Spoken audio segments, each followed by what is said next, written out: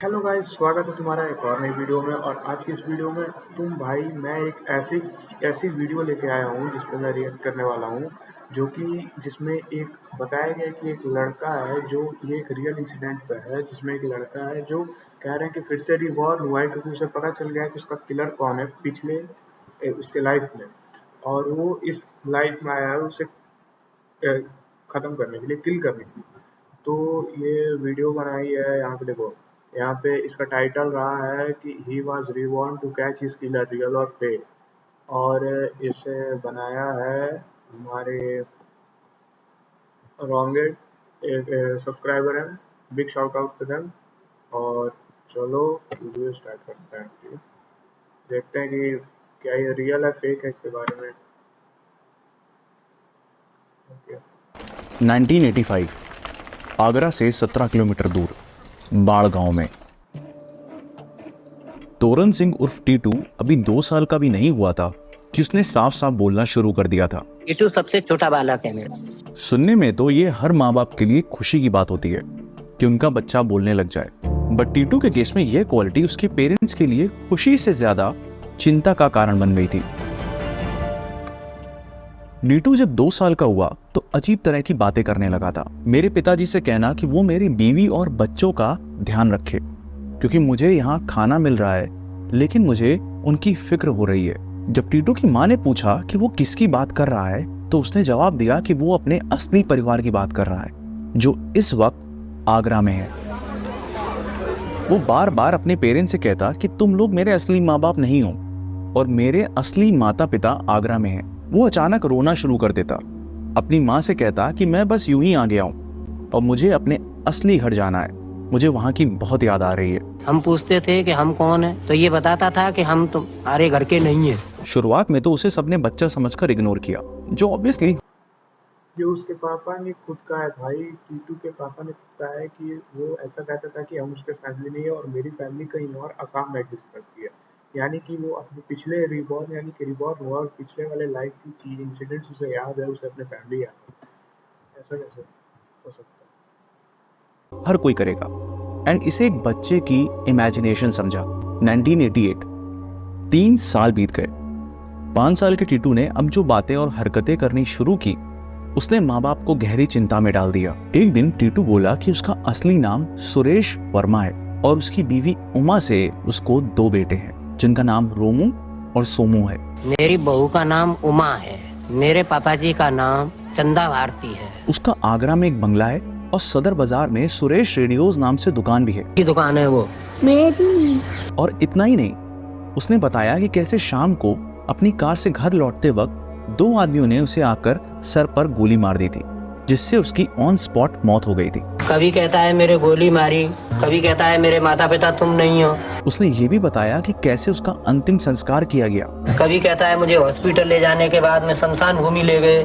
पिछले 3 सालों से घर वाले वैसे भी उसकी उल्टी सीधी बातें सुनते आ रहे थे, लेकिन इस तरह की बात उसने पहली बार की थी। शमशान भूमि में आग लगा दी और पानी डाल के मुझे यमुना में फेंक दिया। एक 5 साल का बच्चा अपने बीवी और बच्चे होने की बात करने लगे और ये बताने लगे कि कैसे पिछले जन्म में उसकी मौत हुई थी, तो आपके मन में क्या आएगा? फिलहाल ये खबर पूरे गांव में फैल गई और वहां सबको एक ही बात लग रही थी, और वो ये थी कि टीटू के ऊपर भूत आ गया है। भूत प्रेत की थ्योरी तो वैसे भी हमारे देश के गांव में सबसे पहले आ जाती है, इसलिए हाँ भाई, ये बात तो सही है।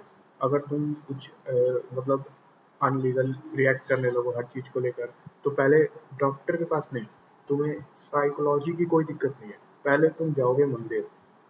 मतलब अपने देश में टीटू के केस में भी वही हुआ। टीटू का नेचर अपनी उम्र के बच्चों से कहीं ज्यादा अलग हो गया था वो भले ही 5 साल का, लेकिन उसकी भाषा शैली, लहजा, हाव भाव और बोलने का तरीका बड़ों जैसा हो गया था। वो अपने माँ बाप की गरीबी का मजाक उड़ाने लगा। वो अपनी माँ से कहता कि मेरी बीवी तुम्हारी तरह ऐसी फटी पुरानी साड़ी नहीं पहनती। मम्मी मेरी माँ तो 2,000 की साड़ी पहनती है, तुम गंदी धोती से बाहर मत जाओ करो। वो ये भी कहता कि मैं इस गंदे से घर में नहीं रह सकता, इसलिए मैं अपने बंगले रहने जा रहा हूँ। यह कहकर वो बिल्कुल एक बड़ी उम्र के शख्स जैसे सूटकेस निकालकर अपने कपड़े पैक करने लगता। झट झोला अपने छोटे छोटे कपड़ा भरे और झट चल लें तो। जब घर वाले उसे डांट लगाकर रोकते तो वो उन्हें घर से भाग जाने की धमकी देता। वो नॉर्मली कहीं पर पैदल या बस से जाने को तैयार नहीं होता और बोलता कि उसको सिर्फ अपनी कार से ही चलने की आदत है। टीटू अपने 6 भाई बहनों में सबसे छोटा था। उसका इस तरह का बर्ताव माँ बाप के लिए एक बहुत बड़ी परेशानी बन चुका था। माँ को माँ नहीं समझता है, पापा को पापा नहीं समझता है, भाइयों को भाई नहीं समझता है और हमेशा इसी रट में लगा रहता है कि मैं आपके यहाँ तो दिन काट रहा हूँ। इसलिए उन्होंने अपने सबसे बड़े बेटे अशोक से इन सब बातों की सच्चाई पता करने को कहा। आखिर ये सब बातें कहाँ से आ रही थी? क्या ये टीटू का एक इमेजिनेशन था या कोई उसे ये सब सिखा रहा था? इन सब बातों में कितनी सच्चाई है, इसको परखने के लिए टीटू का भाई अशोक अपने एक दोस्त के साथ गांव से आगरा के सदर बाजार की ओर चल पड़ा।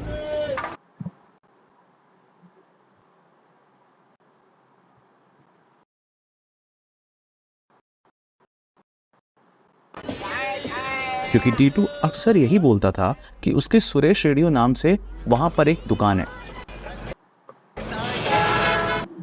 मतलब बेसिकली गाइस कि ये अपने बड़े बेटे को भेजता है कि वो जाके पता करे कि जो ये बोल रहा है इसकी एक मतलब एक मेंटल थिंकिंग है या फिर कि ये सच में कुछ ऐसा हो सकता है, क्योंकि अब इतना अगर बच्चा रिएक्ट कर रहा है तो हो सकता है कि कुछ बात हो।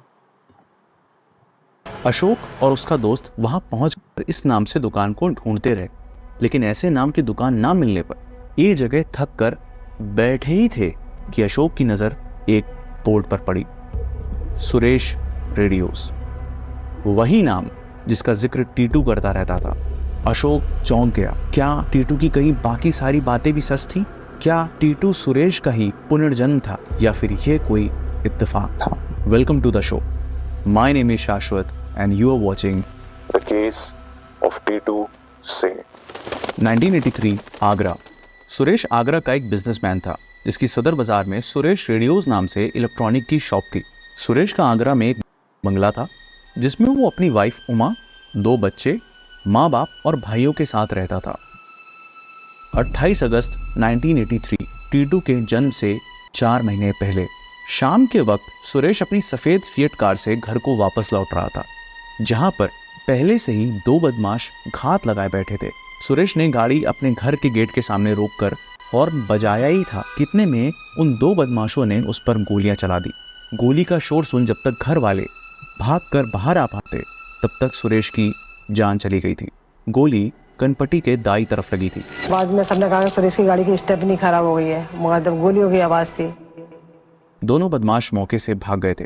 सिंस ये बात 1983 की है, सो उस वक्त आज के जैसे इतने ज्यादा लोग नहीं होते थे, इतनी ज्यादा पॉपुलेशन नहीं थी, और तो और घटना शाम की थी, इसलिए ऐसा एक भी गवाह नहीं मिला जिसने भाई पहली बात तो वो पुराना दौर था और लोग भी कम थे, और बेसिकली शाम के समय के साथ प्लस पॉइंट ये देखो कि वो पुराना टाइम था, वहाँ सीसीटीवी कैमरे भी नहीं होंगे, तो कोई गवाही नहीं होगा कि इसका मतलब मौत के बारे में कि कौन मारा है कौन नहीं मारा है। तो मुझे लगता है कि वो सही बोल रहा था। इनमें से किसी एक बदमाश को देखा हो, लिहाजा बिना किसी को सजा हुए पुलिस ने इस केस को क्लोज कर दिया। सुरेश जा चुका था। 2 बच्चे, बूढ़े माँ बाप और घर चलाने की जिम्मेदारी अब उसकी पत्नी उमा पर थी, इसलिए अब सुरेश की जगह उमा शॉप संभालने लगी। अब चलते हैं यहाँ से 5 साल आगे 1988 में, उसी दिन जहाँ टीटू का भाई अशोक उसी शॉप के आगे हैरान खड़ा हुआ था। अशोक शॉप के अंदर जाता है जहाँ उसे एक लेडी मिलती है। पता चलता है कि वो सुरेश की वाइफ उमा है। अशोक उनसे कहता है कि वो सुरेश से मिलना चाहता है, जिस पर उमा पूरा किस्सा बताती है। अशोक के पैरों तले जमीन खिसक गई थी, क्योंकि जो जो उमा ने बताया वो सारी बातें टीटू बोला करता था। वाइफ का नाम, बच्चे, दुकान का नाम, डेथ का कॉज, सब कुछ एज इट इज। कभी कभी सच इतना भारी हो जाता है कि वो आसानी से हजम भी नहीं होता। वहीं दूसरी तरफ सुरेश की वाइफ उमा ने अशोक से उसका परिचय पूछा कि वो आखिर है कौन और उसको सुरेश से क्या काम था। अब बारी थी उमा के शौक ढोने की। अशोक ने बताया कि वो आगरा से 17 किलोमीटर दूर बाड़ गांव में रहता है। उसने अपने यहाँ आने की पूरी वजह डिटेल में बताना शुरू की। इन सब बातों पर यूं ही विश्वास करना आसान नहीं होता है, और वही उमा के साथ भी हुआ। उमा ने कहा कि हो सकता है टीटू ने न्यूज़पेपर में ये सब पढ़ लिया होगा, क्योंकि ये उस वक्त का सबसे बड़ा केस था। इस पर अशोक ने कहा कि वो ये सब तब से बता रहा है जब उस उम्र के बच्चे ठीक से बोलना नहीं सीख पाते। अब ये उमा के लिए एक अजीब सी सिचुएशन थी। वो एक तरफ क्यूरियस भी थी, वहीं दूसरी तरफ मन में उठ रहे ढेरों सवाल से कंफ्यूज भी। उमा ने अपने सास ससुर यानी सुरेश के पेरेंट्स को पूरी बात बताई। वो भी शॉक्ड, लेकिन एक तरफ ये सोचकर खुश भी कि उनका बेटा वापस आ गया है। अशोक ने सच को और पुख्ता करने के लिए सुरेश मतलब भाई कि उसके माँ बाप ने मान भी लिया कि हाँ मेरा बच्चा जो है पुनर्जन्म में आ गया है। भाई क्या हो रहा है यहाँ पे? के परिवार वालों से अपने घर बाढ़ गांव चलने के लिए कहा। अशोक ने कहा कि बिना बताए अचानक घर चलकर देखते हैं कि टीटू आप लोग को देखकर पहचान पाता है या नहीं, और आप भी उससे अपने सवाल जवाब कर लेना। बेचैनी, घबराहट, क्यूरियोसिटी जैसे अनेक इमोशंस दिल में लिए सुरेश के घर वाले अशोक के साथ टीटू से मिलने चल दिए। वही टीटू जिसमें शायद उनको अपना सुरेश दोबारा देखने को मिल जाए। उस टाइम टीटू खाना खा रहा था, लेकिन जैसे ही उसने दरवाजे पर खड़े सुरेश के परिवार वालों को देखा, वो भागता हुआ उनके पास पहुंचा और सबके गले लग गया। वो जोर जोर से बोलने लगा, देखो मेरे माँ बाबूजी आ गए। अपने माँ बाप को बुलाकर लाया और सुरेश के पेरेंट्स को अपने असली माता पिता बताने लगा। उमा आई, पापा जी आए, माता जी आई। लेकिन जैसे ही उसकी नजर उमा पर पड़ी, वो शर्मा गया। एक 5 साल का बच्चा अचानक एक एडल्ट मेल की तरह एक्ट करने लगा। उसने उमा को इशारे से अपने बगल में बैठने के लिए बुलाया और बच्चों का हालचाल लेने लगा। टीटू ने उमा से डोलपुर के मेले से जुड़ी कुछ बात की, जिसे सुनते ही उमा हैरान हो गई, क्योंकि ये सब बातें सिर्फ सुरेश और उमा के बीच ही हुई थी। मिलने के बाद जब सब वापस जाने लगे तो टीटू ने देखा कि बाहर मारुति कार खड़ी थी, जिससे सुरेश की फैमिली आई थी। मारुति कार देखते ही उसने पूछा कि मेरी फिएट कार कहाँ है, जिस पर उसे पता चला कि सुरेश की डेथ के बाद घर वालों ने वो कार बेच दी थी। टीटू बड़ी स्टाइल से कार के अंदर बैठा, खुद से कार का म्यूजिक सिस्टम ऑन किया, और इतना ही नहीं, सुरेश के भाई की हेल्प से थोड़ी दूर तक कार ड्राइव भी कर ली। हैरानी की बात यह, टीटू ने इससे पहले कभी कार देखी नहीं थी और उस वक्त तो इतनी गाड़ियां भी नहीं होती थी, लेकिन ये देखकर ऐसा लग रहा था मानो उसके लिए ये सब नया नहीं है। टीटू ने सोचा कि अब वो भी उनके साथ आगरा जा रहा है, लेकिन जैसे ही उसे समझ आया कि वो लोग उसे अपने साथ नहीं ले जा रहे, वो बुरी तरह भड़क गया। अपनी माँ पर चिल्लाने लगा, अपने पिता से हाथापाई करने लगा। वो भागकर सुरेश के फादर चंदा सिंह के गले लग गया, क्योंकि उसके दिल में वही उसके असली पिता थे। फिर उन्होंने उसे प्यार से समझाया और वादा किया कि वो जल्द ही उससे मिलने आएंगे। उसी के बाद एंड में ये डिसाइड हुआ कि अब एक दिन टीटू को आगरा बुलाया जाए, ताकि वो अपनी पास्ट लाइफ की मेमोरीज को कंफर्म कर सके।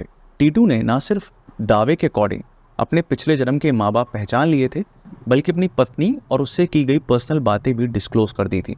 इससे यह डाउट तो काफ़ी हद तक मिट गया था कि यह सब जानकारी उसे कहीं से पढ़कर नहीं मिली। लेकिन दूसरी तरफ इससे टीटू के माँ बाप की चिंता और भी ज़्यादा बढ़ गई थी। एक माँ बाप के लिए इससे बुरा क्या होगा जब उनका बच्चा किसी और को अपने माता पिता मानने लगे। एक मिक्स्ड फीलिंग से वो जूझ रहे थे, मन में सवाल आ रहे थे। हम तो सर हैरान हैं, इसलिए जब मान लो बड़ा हो गया तो उसके बाद में हम लोगों से संबंध ही बिल्कुल खत्म कर देगा।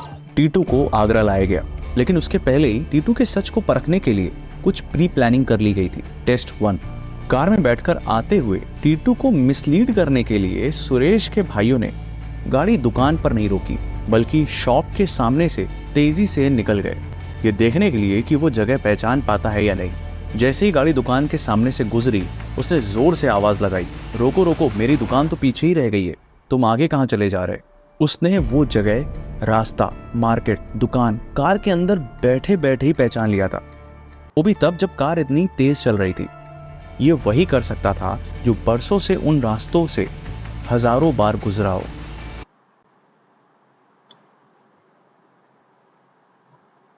ये टीटू को शॉप के अंदर ले जाने की। टेस्ट 2। टीटू दुकान के अंदर एंट्री करता है, लेकिन उसकी चाल, बॉडी लैंग्वेज एक 5 साल के बच्चे की नहीं, एक शोरूम के मालिक की जैसी हो गई। उमा ने देखा वो जिस तरह से स्टूल पर बैठा, उसके हाथ चलाने का तरीका सब हूबहू सुरेश जैसा ही था। इतना ही नहीं, उसने ये तक पहचान लिया कि दुकान का कौन सा हिस्सा रेनोवेट किया गया है और कौन सा हिस्सा उसके यानी सुरेश के जिंदा रहते एज इट इज था। रिजल्ट पास। टीटू के लिए एक आखिरी इम्तिहान और बाकी था। टेस्ट 3। दुकान के बाद टीटू को सुरेश के घर लाया गया, लेकिन उसके आने से पहले ही सुरेश के दोनों बच्चों को घर के बाहर मोहल्ले के बच्चों के साथ खेलने के लिए भेज दिया गया। लेकिन यहाँ पर भी टीटू फेल नहीं हुआ। उसने उन मोहल्ले के बच्चों के बीच सुरेश के दोनों बच्चों को पहचान लिया। रिजल्ट पास। सभी के लिए इतने सारे एविडेंसेस काफी थे ये मानने के लिए कि टीटू सिंह ही सुरेश वर्मा का पुनर्जन्म है। लेकिन कहानी यहीं खत्म नहीं होती। मीडिया में ये केस हर जगह छा गया था। इसकी जानकारी डीयू के प्रोफेसर एनके चड्ढा को मिली। Professor Chadha doctor Ian Stevenson के साथ रिसर्च टीम में थे। Doctor Ian Stevenson university of Virginia के एक well known and high respected professor थे जो रीइंकार्नेशन पुनर्जन्म पर की गई साइंटिफिक रिसर्च के लिए फेमस थे। उन्होंने पुनर्जन्म के ऊपर काफी सारी बुक्स भी लिखी थी। डॉक्टर इयान स्टीवेंसन की एडवाइस पर एंटोनिया मिल्स जो एक रिसर्चर और उनकी कलीग थी टीटू के केस को क्लोजली स्टडी करने लगी। सुरेश की फैमिली ने बताया था कि जो सुरेश का नेचर था वो काफी एग्रेसिव और शॉर्ट टेम्पर्ड था। छोटी छोटी बातों पर वो लड़ाई झगड़ा कर लेता था। डॉक्टर मिल्स ने नोटिस किया कि टीटू का नेचर भी इसी तरह का होता जा रहा था। एक बार डॉक्टर मिल्स टीटू के साथ मार्केट चूड़ी लेने गई थी। वहां पर उसने दुकानदार को धमकी दे डाली और उससे कहा कि एंटोनिया उसकी दोस्त है तो गलती से भी उनसे पैसे ना मांग लेना। इस इंसिडेंट का जिक्र डॉक्टर मिल्स ने अपने रिसर्च पेपर में भी किया है। अब सबसे बड़ा सवाल यह था कि क्या टीटू को सुरेश के कातिलों के बारे में पता था? क्या उसने उनका चेहरा देखा था जिसने उसकी पिछले जन्म में जान ली थी? तोरन सिंह उर्फ टीटू एक 5 साल का बच्चा अब ऐसे खुलासे करने वाला था जिसने मीडिया जगत में आग लगा दी। टीटू ने बताया कि 28 अगस्त 1983 की शाम जिस दिन उसको गोली मारी गई उसने उन 2 बदमाशों में से एक का चेहरा पहचान लिया था और वो शख्स कोई और नहीं उसी का यानी सुरेश का ही एक साथी बिजनेसमैन था। अच्छी बात यह थी कि आगरा पुलिस ने इस केस को सीरियसली लिया। पुलिस ने टीटू के बयान के आधार पर उस आदमी को उठा लिया और सख्ती से पूछताछ की जिस कारण उसने अपना अपराध कबूल कर लिया। इस कबूलनामे के आधार पर 1983 सुरेश वर्मा मर्डर केस को रीओपन किया गया। ये पहली बार था जब पुनर्जन्म से जुड़ा कोई केस कोर्ट में आया था। गवाही के लिए टीटू को बुलाया गया। उसने भी कोर्ट में पूरा इंसिडेंट डिटेल में बताया। केस के सबसे बड़े टर्निंग पॉइंट थे postmortem and birth mark report. Suresh के सर पर जिस तरह गोली मारी गई थी उसी तरह 2 निशान टीटू के सर पर मिले। जब उसके बाल हटाए गए तो पाया गया कि उसके सर में बिल्कुल वैसे ही 2 निशान थे जिसका साइज और शेप। तो मतलब कि पिछले इसके लाइफ में जब इसको जहाँ पे बुलेट मारी गई थी और बुलेट जहाँ हेड में आके लगी थी वो इसके रीबॉर्न होने पर भी इसके साथ ये जन्म से ही है भाई। ये बहुत बड़ा सबूत है। सुरेश के सर पर लगी बुलेट के एंट्री और एग्जिट वुंड से मिलता था। डॉक्टर इयान स्टीवेंसन ने अपनी रिसर्च में मेंशन किया है कि बर्थ मार्क और पास्ट लाइफ की इंजरीज के बीच कनेक्शन होता है और यही मान्यता हिंदू धर्म में भी है। कोर्ट में डॉक्टर एंटोनिया मिल्स के टीटू से जुड़े रिसर्च पेपर भी सबमिट किए गए। इन सभी सबूतों के आधार पर आगरा कोर्ट ने यह मान लिया कि टीटू ही सुरेश का पुनर्जन्म है और सुरेश के कातिलों को सजा हुई। यह एक रिवॉल्यूशनरी और कंट्रोवर्शियल जजमेंट था जो उस वक्त हर न्यूज़पेपर के फ्रंट पेज में छा गया था। उन अपराधियों ने कभी सपने में भी नहीं सोचा होगा कि जिसकी जान लेकर वो बच निकले थे वो दोबारा जन्म लेकर फिर लौटेगा उनको उनके किए की सजा दिलाने। ऑब्वियसली भाई सही बात है, क्योंकि ऐसा कहीं आज तक मैंने नहीं सुना है कि कोई आदमी मर गया फिर से रीबॉर्न होके आया और फिर से मतलब भाई उनकी किस्मत देखो भाई किस लेवल की थी। मतलब मर गया बंदा फिर भी आके उन्हें सल्यूट है भाई।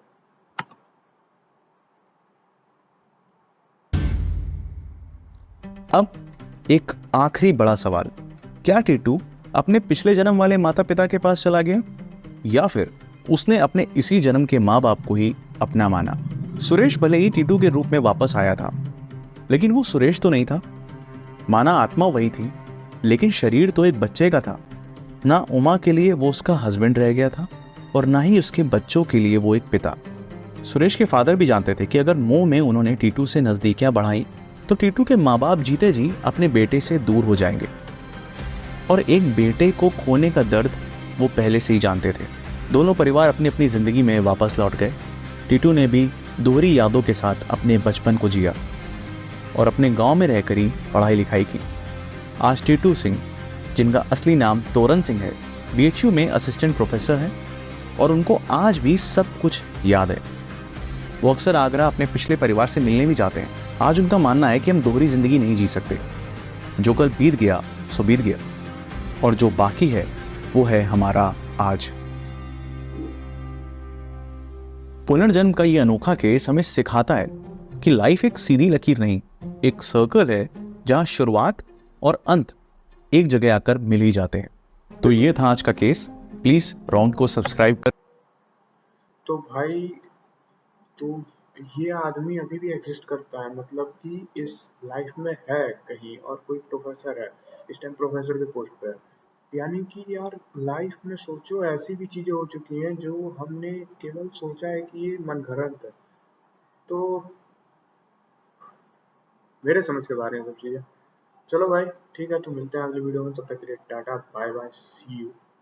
और हाँ, चैनल को लाइक कर देना, सब्सक्राइब कर लेना, वीडियो को लाइक कर लेना, चैनल को सब्सक्राइब कर लेना ऐसे ऐसे वीडियोस के लिए। ठीक है, तो मिलते हैं अगले वीडियो में। ठीक है, तब तक के लिए टाटा बाय बाय।